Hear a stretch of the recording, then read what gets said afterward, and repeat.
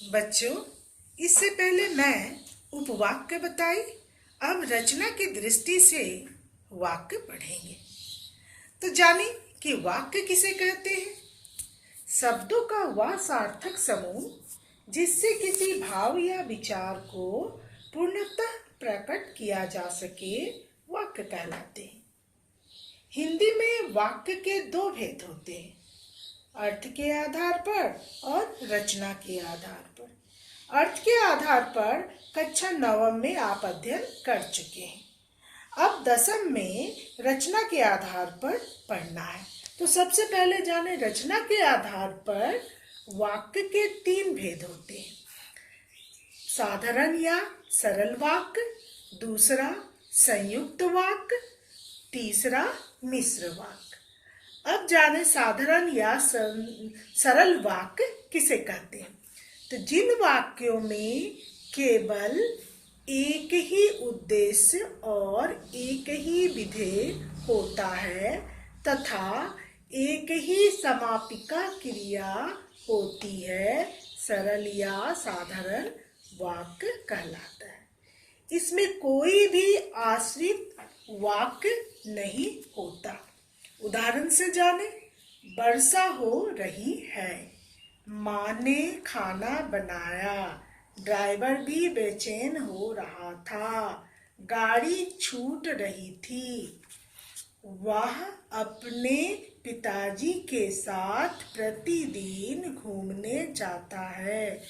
तो उपरोक्त सभी वाक्य में रेखांकित पद मुख्य क्रिया को स्पष्ट कर रहे हैं तथा यहाँ एक ही प्रधान वाक्य है, अतः ये सभी सरल वाक्य हैं।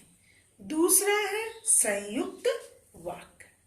अब संयुक्त वाक्य जाने, जिन वाक्य में 2 या 2 से अधिक स्वतंत्र उपवाक्य समानाधिकरण समुच्चय बोधक अव्यय से जुड़े हों, उन्हें संयुक्त वाक्य कहा जाता है।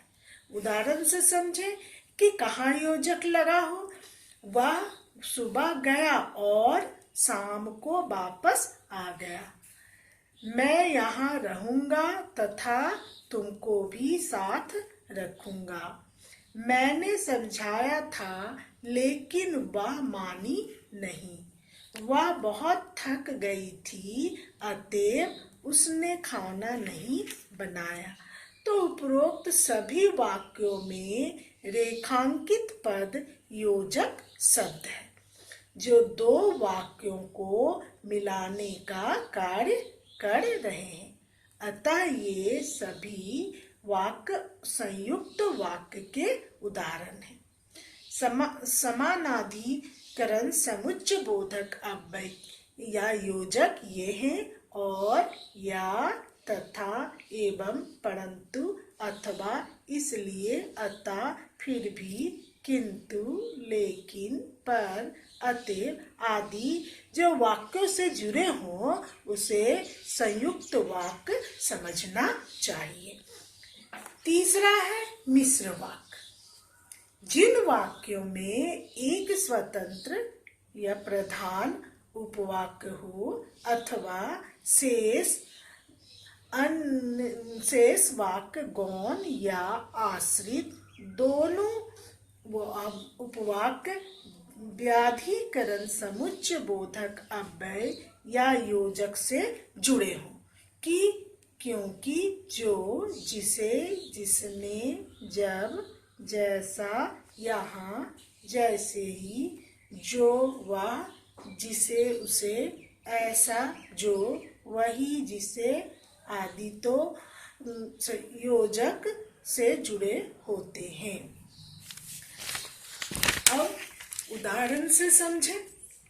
अध्यापक ने कहा कि कल विद्यालय बंद रहेगा, वह लड़का मेरा मित्र है जो पेड़ के पास खड़ा है, मोर ऐसा पक्षी है जिसका नृत्य सभी देखना चाहते हैं, यह वही पुस्तक है जिसे मैं ढूंढ रहा था, यह वही लड़का है जो कल दौड़ में प्रथम आया। तो उपरोक्त उदाहरण में रेखांकित अंश मुख्य उपवाक्य को दर्शा रहे हैं, जबकि शेष भाग गौण या आश्रित उपवाक्य है।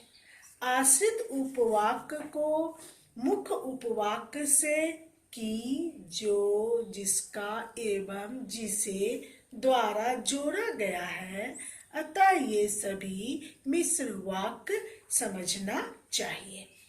धन्यवाद।